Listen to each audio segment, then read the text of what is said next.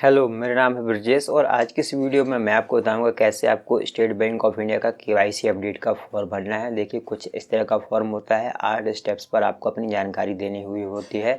तो सबसे पहले आपसे आपकी ब्रांच नेम पूछी जाएगी। तो मैंने यहाँ पर अपनी ब्रांच जो कि है मेरी भोपाल, मैंने वहाँ पर अपनी ब्रांच नेम डाल दिया है। उसके बाद आपसे आपका ब्रांच कोड पूछा जाएगा, तो आपको यहाँ पर अपना ब्रांच कोड डाल देना है। इसके बाद देखिए, यहाँ पर आपको एक ऑप्शन देखने को मिलेगा कस्टमर आईडी का। तो आपको यहाँ पर अपनी कस्टमर आईडी डाल देनी है। कस्टमर आईडी आपको आपकी पासबुक पर और नेट बैंकिंग पर भी देखने को मिल जाएगी। यदि आपको ये नहीं पता नेट बैंकिंग या योनो पर कस्टमर आईडी कैसे देखते हैं, तो आप कमेंट करिएगा, मैं इसका वीडियो आपको बनाकर बता दूंगा।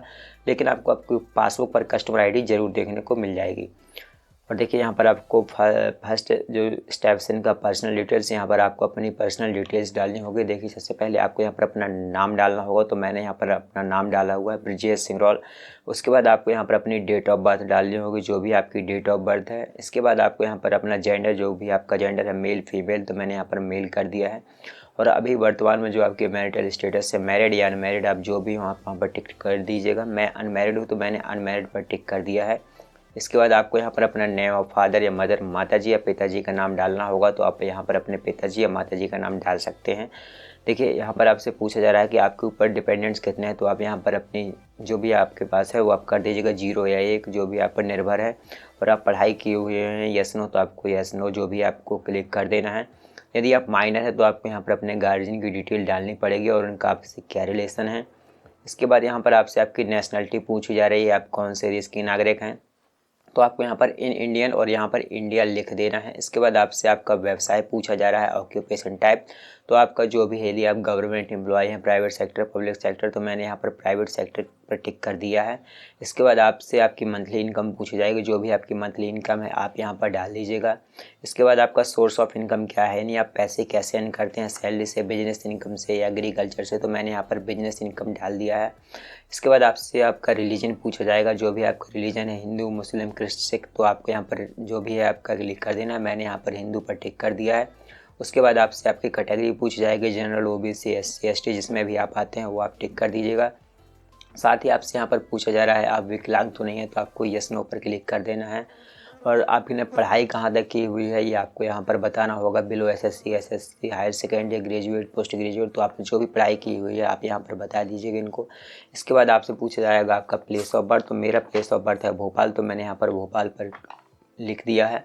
इसके बाद आपसे दोबारा आपकी सिटीजन से पूछी जाएगी, तो मैंने यहाँ पर इंडिया कर दिया है। इसके बाद देखिए, आपसे आपका पैन नंबर पूछा जाएगा। तो आपका जो भी पैन कार्ड नंबर है आपको यहाँ पर अपना पूरा पैन कार्ड नंबर डाल देना है।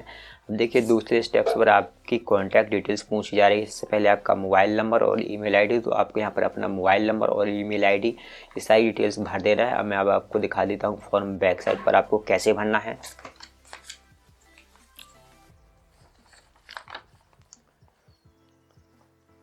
आप यहाँ पर देख सकते हैं थर्ड स्टेप्स पर आपसे आपकी प्रूफ ऑफ आइडेंटिटी पूछी जा रही है, यानी आप अपनी आइडेंटिटी कैसे बैंक को बताएंगे। तो आप अपने पासपोर्ट से, वोटर आईडी कार्ड से, ड्राइविंग लाइसेंस से या आधार से भी कर सकते हैं। तो मैंने यहाँ पर अपना आधार सेलेक्ट कर दिया है। इसके बाद आप जो भी यहाँ पर डॉक्यूमेंट सेलेक्ट करेंगे आपको उसका नंबर डालना पड़ेगा और वो इश्यू कब हुआ है, और यदि उसका कोई एक्सपायरी डेट है तो आप यहाँ पर लिख दीजिएगा, यदि नहीं है तो मत लिखिएगा। इसके बाद आपसे आपका एड्रेस पूछा जाएगा, आपका करंट परमानेंट। तो मैंने यहाँ पर अपना परमानेंट एड्रेस डाल दिया है, परमानेंट रेजिडेंशियल एड्रेस है मेरा। आपका जो भी एड्रेस है आपको यहाँ पर लिख देना है। इसके बाद आपका जो भी सिटी, विलेज है, डिस्ट्रिक्ट, स्टेट और आपका पिन कोड डाल देना है। और यदि आपका एड्रेस सेम ही है, दोनों प्रेजेंट और परमानेंट, तो आपको यानी करंट और परमानेंट, तो आपको यहाँ पर same S current permanent address पर टिक कर देना है। इसके बाद यदि आपका अलग अलग है तो आप वहाँ पर जो आपका करंट एड्रेस है उसका बिजली का बिल या कुछ भी ऐसा डॉक्यूमेंट्स से आप इसको वेरीफाई करा सकते हैं। ठीक है, 7वें स्टेप्स पर आपसे पूछा जा रहा है, जो भी आपने अपना UIDI यानी आधार देते हैं तो आप का डाटा UIDI से वेरीफाई किया जाएगा। तो आपको यहाँ पर यस पर क्लिक कर देना है। देखिए, यहाँ पर आपको अपनी एक फ़ोटो चिपकानी पड़ेगी। रिसेंट फ़ोटो होनी चाहिए, फ़ोटो ज़्यादा पुरानी नहीं होनी चाहिए। यहाँ पर आपको अपने सिग्नेचर करना है और यहाँ पर आपका जो भी प्लेस है आपको प्लेस डालना है, और जो भी डेट है यानी जिस डेट को आप फॉर्म सबमिट कर रहे हैं वो डेट आपको डालनी होगी। और ये सारी डिटेल्स फिल करने के बाद आपको ये डॉक्यूमेंट ब्रांच में जमा कर देना है। जैसे ही आप ब्रांच पर जमा कर देंगे आपका CKYC अपडेट हो जाएगा। और यदि आपको वीडियो अच्छा लगा हो तो इसे लाइक करिए और अपने दोस्तों के साथ भी शेयर करिए। Thank you.